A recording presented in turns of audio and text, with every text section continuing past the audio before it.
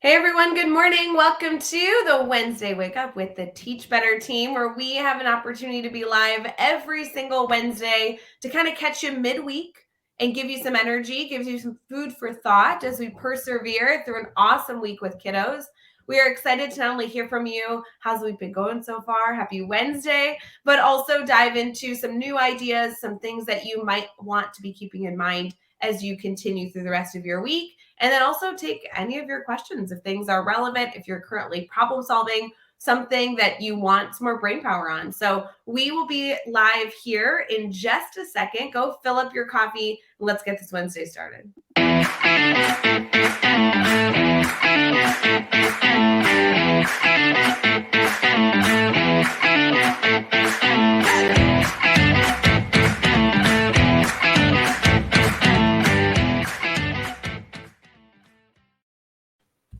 Good morning, everyone. We are live for our Wednesday Wake Up with the Teach Better team. My name is Rae Hug, and of course, the one and only Katie Miglin in the house today. Good morning, everybody. Happy Wednesday, Rae Hewart. Yes. Good to see you. Good to see you. I'm noticing right this moment that you're on the wrong side.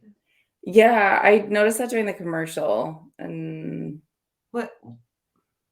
I mean, does it really matter? For those of you who are listening on the podcast, we have two pictures on the screen. Obviously, when we have people that are joining our live, we can see them, right? If you're watching on Facebook, YouTube, Twitter, Twitch, or LinkedIn.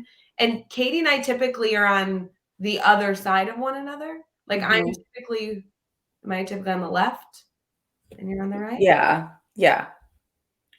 So Here's the thing, Rae. I'm gonna be just honest. I feel like the whole morning is off. I ran out of coffee. I'm on the wrong side. This is like literally a mix of all the grounds that I had left. It's not great, but it's doing its job. Okay, I want to be clear that I think the show should be canceled based on that information. There was a little bit where I considered it. I almost considered texting you and saying, I'm out. I realized it late last night. And I was like, I can't. Well, and typically, I mean, we're live at 6 a.m. Central, 7 a.m. Eastern. It's really not probable that you could have gone and got coffee and then come to the show. Right. So here's my thinking, like at 5:45 when you were just hopping on, did you go to your neighbor's house and bang on the door and ask for coffee? Is that inappropriate?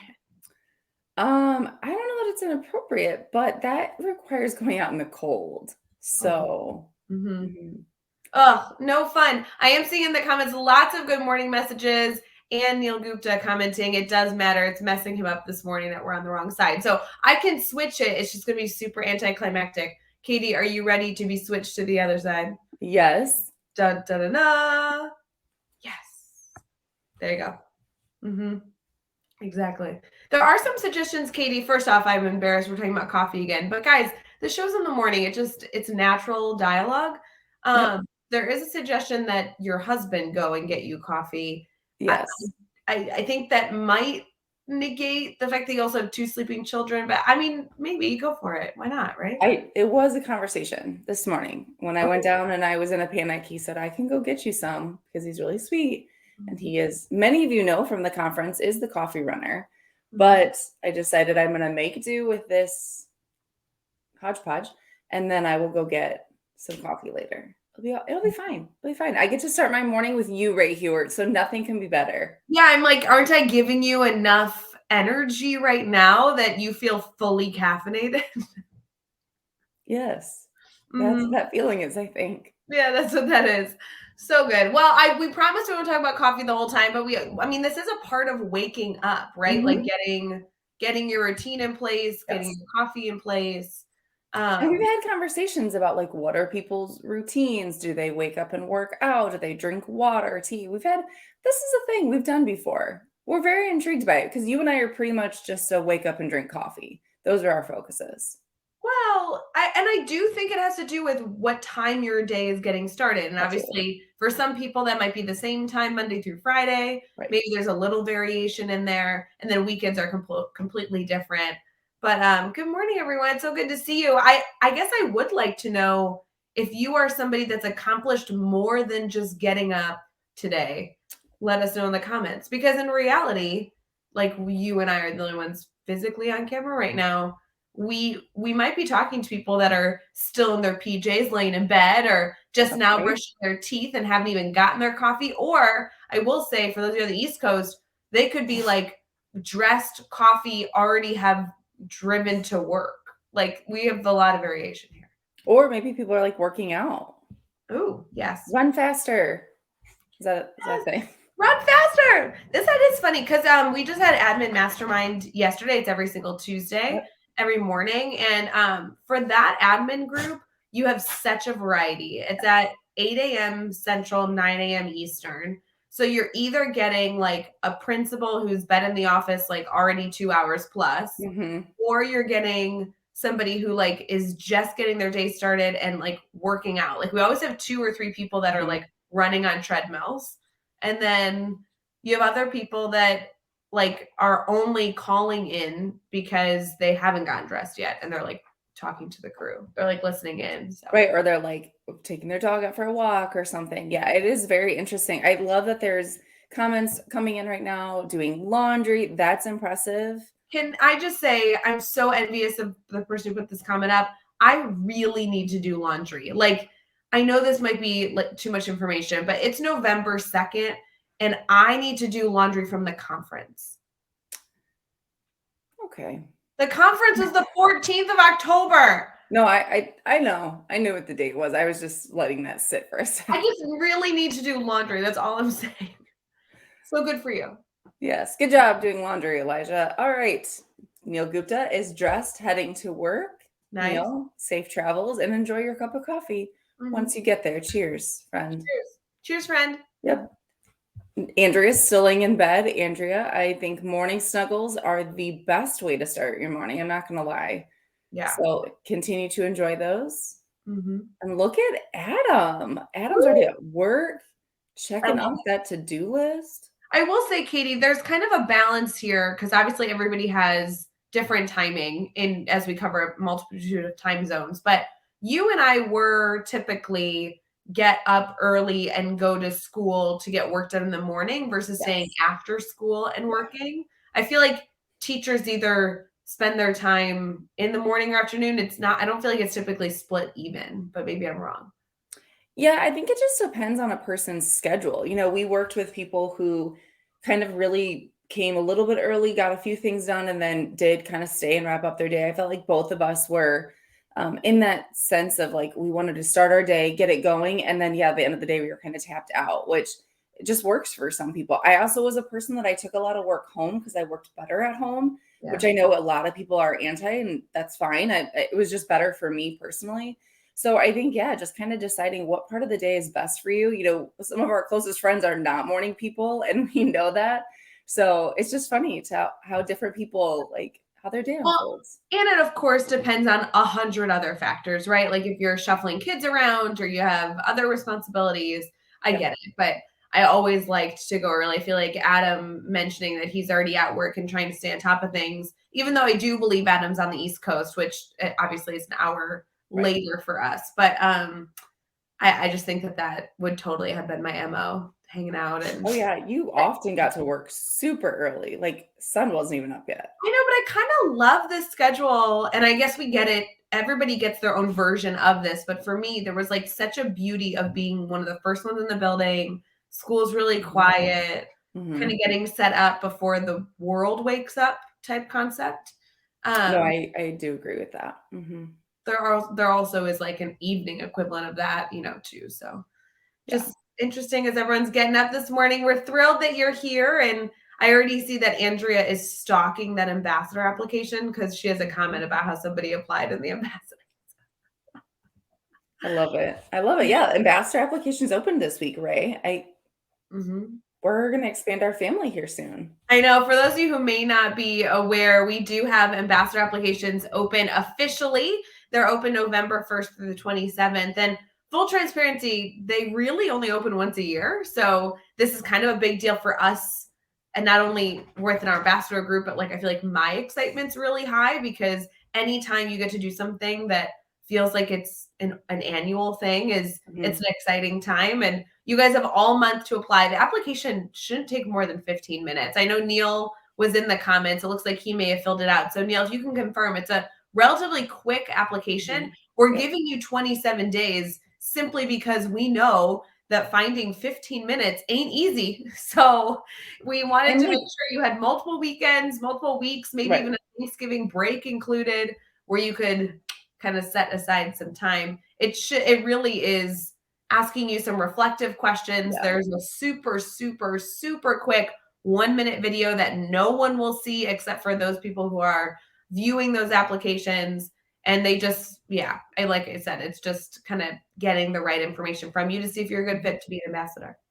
Well, and I went live last week with Megan and Andrea, and that video, is so funny because I think we all do it, but don't tell anyone that anytime we need to make a video, we do 100 takes. I'm sure you're the same way, but we really want people to just be themselves and just do the first take because it's going to shine some on your personality. So I really if the video is something that's stressing you out, don't let it, because we want you to be just your authentic self. We don't need 100 takes, and just kind of be you. So wait, that's a really good point. I don't know if people have questions on the video, but Andrea just put this in the comments. I'm a one and done person. Do not record this video more than once. No one will see it except for the review team. Right. So it's and plus all of you applying, we know you already. This isn't our first impression of you.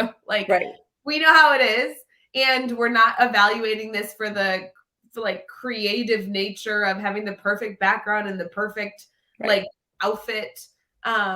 It's just answering that key question that we want to hear from you. And I think it's good. Record it in your classroom, record it in your office, record it with a glass of wine, record it with your dog popping in like I am right now. Yeah, I mean, it's no big deal. Whatever you need to do. Okay, I am over here giggling because Joshua Stamper said, "Don't I know?" And the reason he said that is he edited the last course I made, which Josh got the pleasure of watching all the outtakes. So literally I submitted a video, but if I messed up, we just started it back over, but didn't stop the video. So Josh got to watch all of the outtakes, which some were really comical. So thank you, Josh. Why are you redoing videos? Just do it once.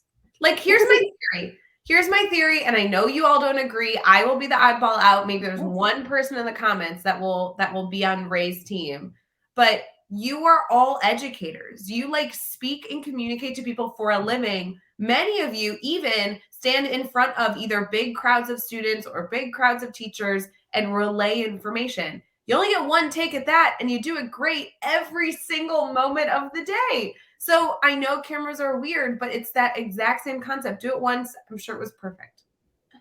I think it's the difference between being able, if you mess up something in class, if you're standing in front, we both taught middle school, if you mess something up, your wording in class, you can make a joke of it and stumble, but that's not always going to work in every video. I think for the ambassador thing, absolutely 100%. But if you're recording a presentation, I don't know, it might seem kind of weird to be but I don't know how to talk. Haha, let's get back on track. I'm sorry, Katie. Is that how you present? Because you go to districts all over the U.S. and Canada to do PD. Is that a thing that they're seeing you go I don't know how to talk?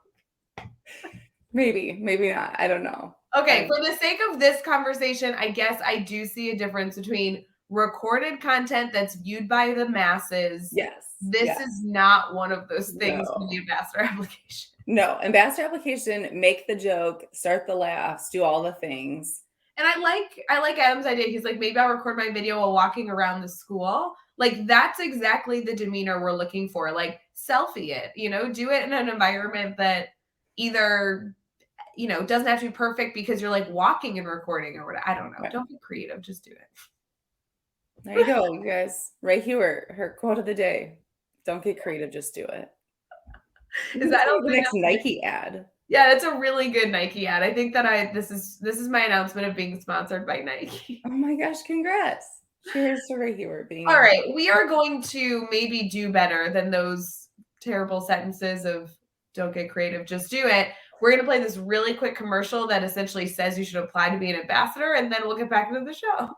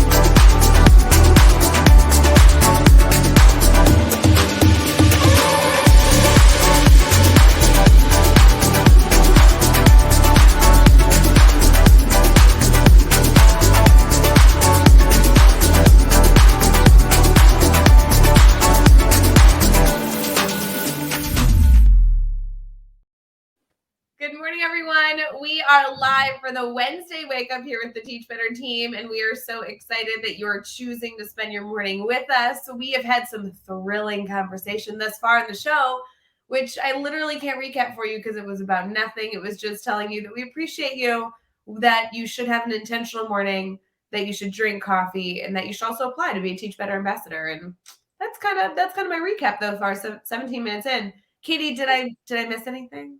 No, I think that was a wonderful and straightforward recap. That could have been your one and only take. Good job. See, friends, one take. I will say, I do really appreciate, I know we're streaming on Facebook, YouTube, Twitter, Twitch, and LinkedIn. So you all don't necessarily see each other's comments while we're streaming on multiple platforms. But I do just want to give a special shout out to those of you who are sharing your appreciation and excitement for the ambassador program. We don't necessarily need to dive into it like all day, but I will say that this program was strictly created for our community to feel connected and supported. And when it launched in 2020, we had just this weird world we were living in with COVID and holy moly, all the things going on. And it is exciting now being able to open up applications only for the third time and be able to welcome in a new crew. So we really appreciate all of you who are sharing your excitement. The program looks different than it did 2 years ago. So if you haven't seen all the new updates coming, I would definitely check out teachbetter.com/ambassadors and read further. It should be cool. It is crazy that's the third time because it feels like it should be more than that. But yeah, you're right. And not to be dramatic, and I know Andrew's going to kill us in the comments because she actually runs the program, not us. But I think it's amazing because this year we're really, really honing in on taking a small group, partnering them with mentors, and doing everything we can to make this a year-long experience. And so not only are we taking a small group like we have in the past, but everyone has to reapply, which means we're taking even smaller of a group than normal because we'll be taking old ambassadors who've been ambassadors in the past and new ambassadors who have not yet had the opportunity to be part of this program. So it's a blessing in disguise. Yeah. But such an important thing. I mean, establishing a sense of community. I know, we've talked on here before about just growing that community so that whether you're in a school of 1,000 or a school of 100, you have someone to lean on. And that's where it was started from. It started during COVID when Megan and Andrea saw that there was a need to have a virtual group that could lean on each other. And it's totally evolved into this small family. And so I think it's important that whether or not you decide to apply is up to you, but making an intentional step towards creating a sense of community and creating and growing your PLN so that you can have people to lean on. Katie, it feels like you are feeling inspired to get into a teachable moment. Oh my gosh, is that what that is? Is that calling? It's coming. It's coming.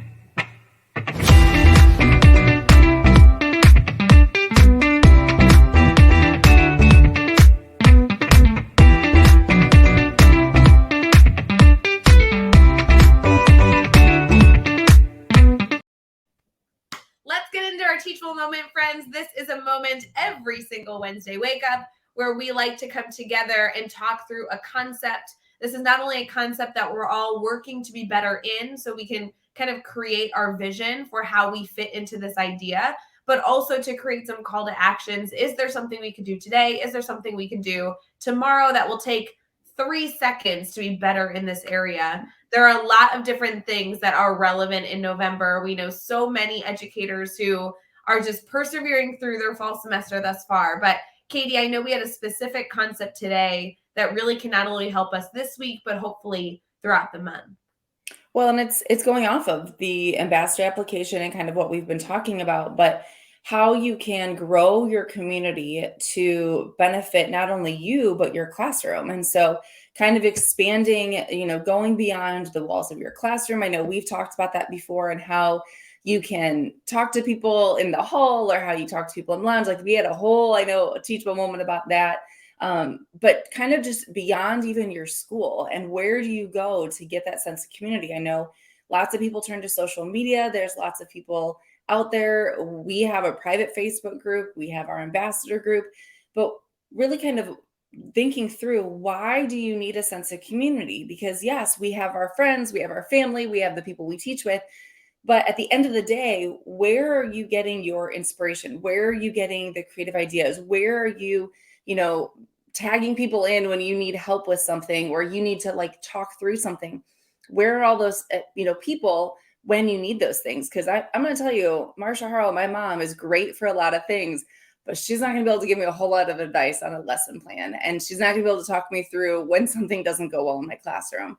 So who's that network of people that you're going to be able to lean on? And so that's one of the reasons that the ambassador group came to be, is because when we were all virtual, we needed something. So I don't know, Rae, you're so good at like continuing. I mean, I feel like every day you're like expanding and growing and learning from somebody new. Yeah, I love this concept because I don't think teachers give themselves enough grace. And when I say grace, I mean I don't think educators really in their core believe that they don't need to have all the answers. And the reality is that none of us need to have all the answers.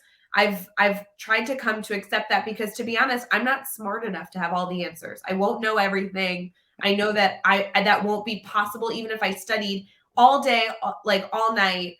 I can't be somebody in this world that seemingly knows everything about everything. So my approach is to have people around me that can help me be educated in areas when it becomes relevant. And I know this happens not only in our dialogue, like on live videos, or we're talking about ambassador applications of building your network so you can have access to information, but this also becomes relevant when we're working with school districts, when we're sitting down with a teacher working on something and they are struggling because they feel like they should already know this information or already have this mastered, when guys, it's okay to be constantly learning. It's a benefit to be able to do that. And how we get information is really, really valuable in terms of that long-term scalability. I was just working with a school district. Where was I? Sandusky, Ohio. I think I was working with one of our ESCs. That's a part of our like big grant we're working on. It's a statewide grant, like thanks to 16 ESCs we're working with. And I was working with them on this teach further model concept. And essentially what I was challenging them to do in that moment was find the relevancy of their content. So they had already chosen their standard, they had already broken down into targets, all that work on the back end was done. But now they needed to make a community connection of why was this content even something they were teaching? Where is it applicable in the real world or in their community? And you had educators immediately know, like, ooh, I see this skill in this job or role. I see this skill being really helpful when this type of work is being done. And then they like wanted to end there. And the reality is that when we're trying to make the connections between the work being done and our community, you don't need to be an expert in working at a gas station. Like, you don't need to be an expert at working at a grocery store or working in agriculture or working in architecture. Every single thing that you're seeing that connection with, we now have opportunities to go and learn from somebody else who actually does the work every day. And so that's like another component of growing your community, is not only for you growing your community by connecting with educators, but growing your community by connecting with everyone. I don't know.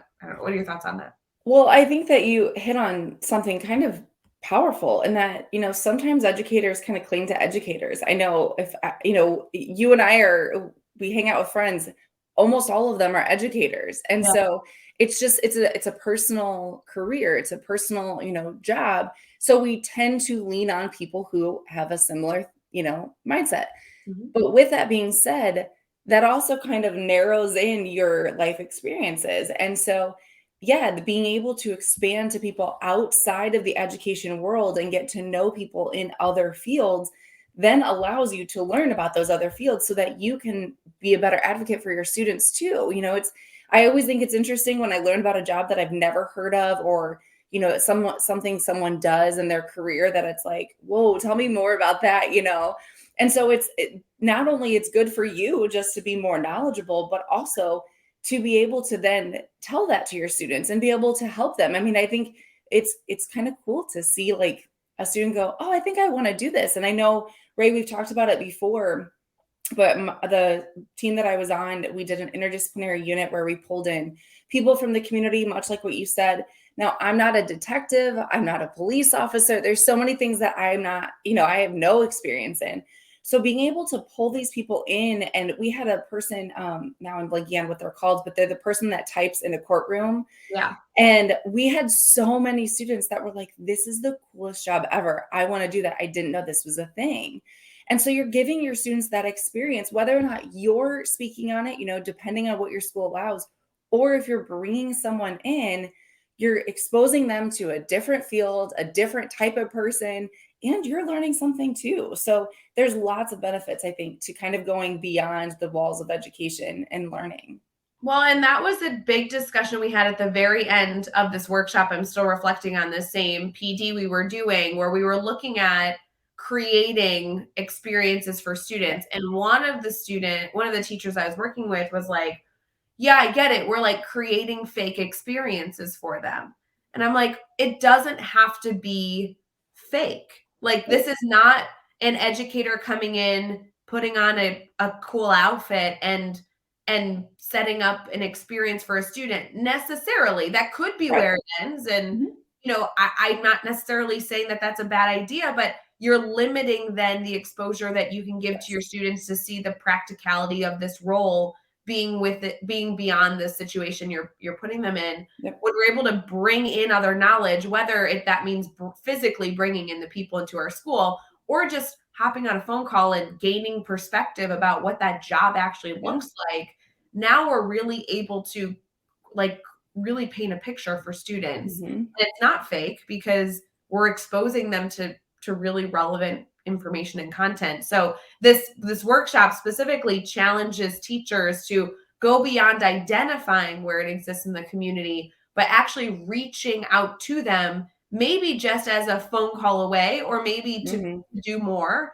But that exposure is so important because I'm not going to ever say that I know how to work in agriculture, or I know how Right. to be an interior designer, or I know what it's like to be in furniture manufacturing. And that's not my job to know that. It's my Mhm. job to be able to call on somebody when I need it to give my students the best experience possible. Absolutely. And so, yeah, I think being able to kind of decide what are your parameters? Can you bring somebody in? Can you do maybe a virtual call? I mean, that's like a thing now that wasn't, 10 years ago, but you can totally jump on a virtual call and your class can interview them. Kind of just being more creative of how can you get that person's perspective in your classroom? I love if you're able to make a connection with somebody. So this is assuming you've like met this person. I love asking them 3 or 4 fun facts about their job that people may not know, and having Mm, them love do that. really quick like selfie videos that are like That's great. 15 seconds, 30 seconds. Like, hey guys, my name's Rae Hewart. I'm such and such. Here's my fun fact about my job. And like Mhm. do those in like like whatever individual segments. Now you can like sprinkle those into mini lessons. Not Mhm. again, you're just creating conversations, and the community is helping you create those conversations. And that's kind of I don't know, it's helping us do our job better without expecting us to do more work. Well, okay, so that honestly is what I was gonna say is so often, and I know this is how I always felt because I would see those awesome community members walking down to your classroom, and I would constantly think, how the heck does she have time to do this? How does she have time to like facilitate bringing them in? There's so many like barriers, right? When you initially think there's so many things, I could create the whole list of reasons why it may not work. But the reality is we have to make the time for it. And like you said, getting creative. Maybe you don't have time to facilitate a person coming in. Maybe you can't figure it out within your day, your school time, whatever it is. Those videos are easy. That can be a few email exchanges, a couple phone calls. You get the videos and then you're set. And so it doesn't take that much time in the end. Well, and I think the reality is, and I really mean this in like a loving way, not in a way that, I don't know, this is probably controversial, but I would argue that the way that this goes wrong most quickly is when educators put too much on the community members coming in. And you saw this with your interdisciplinary unit. I know we've talked about this before, but the elements that I'm asking for my community connections to do are within their realm of success. Like, Okay. I'm asking them to come in and talk about their job. Yep. Everything teaching related, everything classroom management related, that's my job. That's what I'm doing. I think the issue comes in, the stress comes in, the waste of time feeling comes in when you're asking that community member to like do more than what they already have the skills to do. So like a lot of educators will tell me, especially when we're doing this teach further work, that they don't have time to bring somebody in because that creates a lot of stress and they have 45-minute classes, they need them there all day. I'm like, yeah, that sounds terrible. Don't do that. Like these people coming in are not educators. They shouldn't be taking time out of your teachable like opportunities to learn with students. They're there to enhance the work, not do the work. Yeah. And they can't be held accountable for doing the work because that's not their job. That's our job. So creating those teachable moments is still something we need to take ownership of. Using them to enhance is the mindset that I would challenge you to take on. I always struggled with bringing in a community member to speak about their job physically because I taught 8 classes. So unless they were going to commit to an entire day, I only needed them for like 5 minutes for each class. Right. So it's like unrealistic. And I mean, because there's ways to do it where it's like, hey, you come Monday and somebody else will come Thursday and whatever, but there's just a lot of time to ask for people. So be realistic about how you can make this intentional, I guess is my point. Absolutely. Katie gave a great tip. Time saver. Ask your friends on Facebook to make a 15-second video. That's so true. Katie Volhaber, we worked with her. Excellent educator. But I think she has a great point of Facebook is like, I don't know, my Facebook is a lot of people. It's people, that I grew up with. It's people that I went to high school with, all the things. It's not just education. There are a lot of people that I'm friends with through education, but there is kind of a bank of people that do a variety of things. So that's a great place to start. I think honestly, being reflective about who you already have contacts with makes it an easier step into really knowing how your community can support you. Going to Facebook friends, going to friends' spouses who already have connections. And I think the third one would be like going to parents of current students. Yeah, absolutely. Like obviously there's more bubbles you're in. I feel like we don't really always reflect on how many bubbles we actually operate in, but those 3 benchmarks at least get you started. You're going to hit a super big, wide variety of fields. And sometimes it's as easy as sending an inventory survey and being like, what do you do for a living? And other times, like Volhaber's commenting, like comment on Facebook and be like, who knows somebody in construction? Help. Like, yeah, absolutely. I need a 10-minute phone call with somebody in construction. And then you may not find somebody in the specific construction you were looking for, but again, finding perspective. Like, yes. I think Josh brings up a great point. He says most community members want to help teachers, but they just don't know how. And we saw that time and time again. I know you and I both served on a couple committees that specifically worked with community members, not necessarily directly related to classroom, our curriculum, but there are tons of people out there who want to help. And all it takes is just asking. And we saw that when we worked with Ron Clark Academy, when we did stuff for them. I saw that in an interdisciplinary unit. I mean, it's really hard for people to say no to kids when you lay out the parameters exactly like you said. We're not asking them to come in and teach a lesson. We're not asking them to come in and, go on a field trip and be chaperones. We're coming in to have them just talk about what they're experts in. And so often people are like, yeah, I can do that. Right. And they have no idea how to help if they're not volunteering to attend a field trip or writing a check.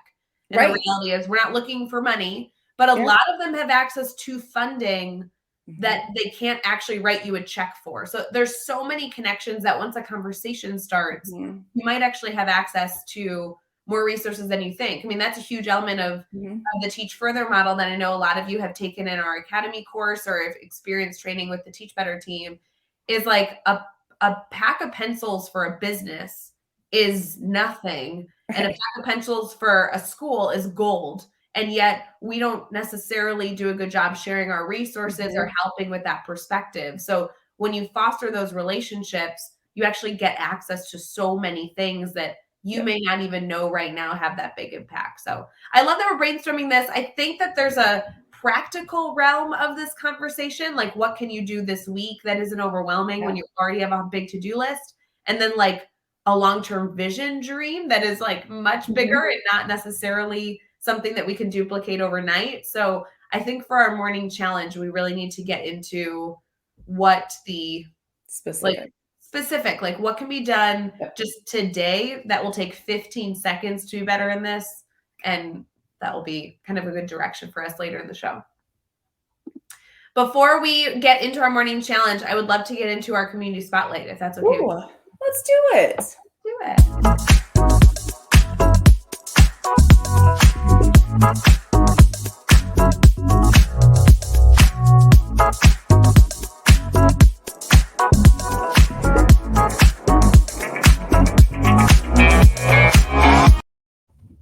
Hey friends, we are live for the Wednesday Wake Up with the Teach Better team. And as many of you know, we really value doing a community spotlight during the show. This is an opportunity to highlight somebody within our Teach Better family and our Teach Better network that we are able to create further connections with. And kind of along the theme today, add perspective, ask questions. It's good to always add somebody to your PLN. The one today is somebody that I've had a whole lot of contact with over the last few weeks. So shout out to Lindsay Lyons, who's an incredible educator. She is just an all-star. I know it says here that she's a educational justice coach. I will tell you, she's very involved in our Teach Better community. Lindsay is a podcaster in the Teach Better podcasting network. She's also our participant in the Edupreneur Mastermind that we have that happens weekly on Thursday nights with the Teach Better team. That's a cohort of educators that come together every single week to actually talk side gigs. There's a lot of educators that are also working on trying to become a speaker or wanting to work in publishing, or there's so many different kind of side opportunities that educators like to kind of dig their hands into, whether it be for extra funding or just to foster a passion. Edupreneur Mastermind is something you all can learn about over at teachbetter.com. But Lindsay is a super, super active participant. She's actually doing something really special for our crew this week to bring some ideas to that conversation this Thursday. But shout out to Lindsay. When we asked her what she loved about education, she says, I love helping schools create feminist, anti-racist curricula that challenges, affirms, and inspires all students. I also get to meet amazing people. And then she references her podcast here, Time for Teachership podcast, which I absolutely am an advocate for. Go subscribe to that podcast. That's a part of our podcast network as well. I will say, Katie, I know it's silly and this is like the lamest pitch ever, but guys, go Google Lindsay Lyons because I love her website. I just met with her last week on her website, and I have not seen a more creative website that is on, it's truly on educational justice. I think there's so many ways that we could be better on this focus area. And Lindsay has a ton of resources and her podcast is linked there. So shout out to Lindsay and the incredible work she's doing. If you've not had an opportunity to connect with Lindsay, I definitely would make sure that you go do that either on Twitter or Instagram. She has so many different ways to connect with her, but another person to add to your network right there. There you go. You can expand your community. Expand your community. And she also has like I think a 7-month-old. So there's like really cute baby pictures if you need that fix, you know? 7 months old is like really cute age. So I know. I feel like I hope I'm getting that age right. All I know is that when I talked to her last, she was complaining to me about daycare. And I'm like, I get you. But also you don't. But also I don't. Like, it sounds terrible, but I don't have an infant. But sure, yes, it sounds awful. Yes. I get to live vicariously through your complaints of daycare. That's true. Yeah. That's true. Yeah. Parenting. It was talking about like where they like sneeze at daycare and can't go back to daycare the next day. And the rest of being like, no, it was just a sneeze. You know what I mean? Yes. I do get that. That's frustrating. I mean, yeah, it's good. So anywho, go connect with Lindsay and get your baby fix and also get some really cool discussion on educational topics. We'll be right back for our morning challenge.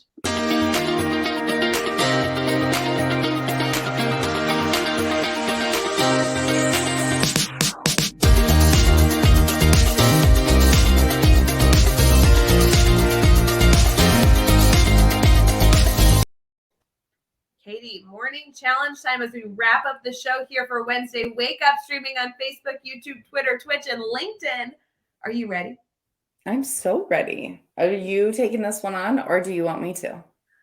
Gosh, you've been so inspiring recently. I just feel like you should be the one to challenge our community. Okay, so I'm gonna create one that, or I have one in mind that is kind of intentional. It's like a two-step.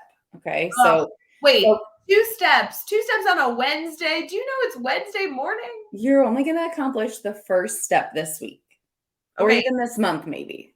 Just the first step, but I'm it's just like it's saying, gonna be gradual. set the bar low, please. It's Wednesday morning, and I don't know if you heard this, but your coffee is a mix of multiple coffee grounds, and we need like low bar. It's busy. It's the beginning of November.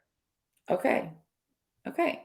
So my challenge to you is, if you are someone that does not typically do anything with community members. So I'm not talking like you reference a grocery store and a story problem. That's not what I'm talking about. I'm talking about you don't do anything beyond that, right? Like you don't bring people in, you don't, all the things we've talked about. This month or this week, your goal is to do some sort of survey, Ooh. either to your students or your students' parents, or both. Students, I would recommend looking for things they're interested in. So, are there like career fields that maybe they're leaning towards, or things that they just like to do? Maybe you already did that at the beginning of the year, so you have that. Then I'm going to challenge you to maybe send something home and get some perspective of, what do their parents do? What does their families do? Maybe they don't, maybe their parents are teachers, and so it's like, well, what do their grandparents do, or what are their, what are some of the expertise that are in their families? And then after you've done that, I would set the goal of, maybe next semester, this is where the two-step comes in, think of ways that you can incorporate those short videos that we've mentioned a few times. So can you reach out to a few of these people that you learn about and get them to send just a quick video, and think of some ways that you can tie it into like your mini lesson or bell ringer, just to give your students, if nothing else, just give them some more exposure. That's it. If you Well, want to take it farther, go for it. I like that idea, Katie. And I do think I really enjoy your phrasing of, tell us about the expertise in your household. Yeah. Because you're really creating then this acknowledgement that expertise exists even before the survey was sent out. Yeah. This wasn't like, who in your family has a job. That's not what you're Right. asking. You're asking what expertise exists, because for a parent that feels like a responsibility to have some sort of role, that like, we already know that that parent has a role in the household that's valuable. You're already acknowledging that. And whether they leave the home to do that or they stay home to do that, there's a lot of expertise to be learned. So Absolutely. that's Yeah. so cool. I like this challenge. And I love the challenge that you're giving them till next semester to do the videos, because Mhm. I think a lot of educators will be like, now I have to do this before Thanksgiving. And it's like, no, no, no. You can, but let's just say like by next semester. That gives you Yep. 3 months to be able to look into that. Well, and two, then you have time to actually look at what you have, like what you have access to. Yeah. So looking through the survey, seeing what your students are interested in, all that good stuff gives you some time to kind of breathe, get through the days, and then when you're ready to do some creative thinking, then pull those surveys out and decide who you're going to contact. So fun. And if you guys want to learn more about the Teach Further model, which obviously many of you have experienced Yep. the training for our team, you can head over to our Teach Better Academy. There's a free course and a full course, including a workbook to help you out. So lots of different varieties here to get you started in Yep. this conversation. Katie, we are going to wrap up our dialogue here. You were actually like at a school today. Can we talk about that? Like, you're live on the show, but aren't you leaving to like go to school? Yeah. Today I get to work with some teachers on standards-based grading. So I'm super pumped. I can't believe you're live with. I just processed this. So like, you're live with us, but then you're like getting in the car and going to work with teachers this afternoon. Yeah. That's so fun. Mhm. When I say this afternoon, I don't mean that. I mean like in the next 15 minutes. No, it is. It is this afternoon. You're good. Okay. Yeah, I have to drive there, but yeah, they've got the early release, which I think a lot of schools are starting to do now. So Oh, yeah, so okay. it'll be fun to just kind of talk through standards-based grading. It's gonna be good.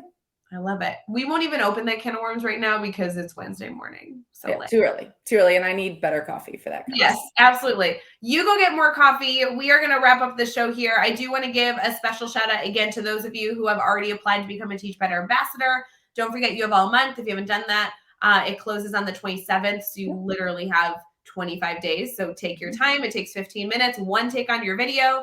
We really, really appreciate all that you do, and we hope that you have a wonderful week ahead. Please feel free to reach out to Katie or I or anybody on the team if you need anything or if you have questions. We want to make sure you have a very, very successful week and hopefully a very relaxing weekend. Bye, friends. See you later.